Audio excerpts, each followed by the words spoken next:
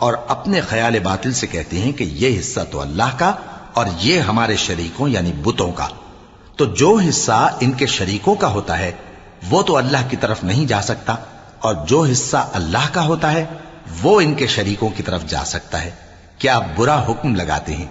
इसी तरह बहुत से मुशरिकों को उनके शरीकों यानी शैतानों ने उनके बच्चों को जान से मार डालना अच्छा कर दिखाया है, ताकि उन्हें हलाकत में डाल दें और उनके दीन को उन पर खल्त मल्त कर दें।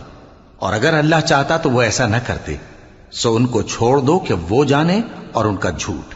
और अपने ख्याल से ये भी कहते हैं कि ये मवेशी और खेती मना है, इसे उस शख्स के सिवा जिसे हम चाहें कोई न खाए। और बाज मवेशी ऐसे हैं कि उनकी पीठ पर चढ़ना मना कर दिया गया है, और बाज मवेशी ऐसे हैं जिन पर ज़बह करते वक्त अल्लाह का नाम नहीं लेते। ये सब अल्लाह पर झूठ है।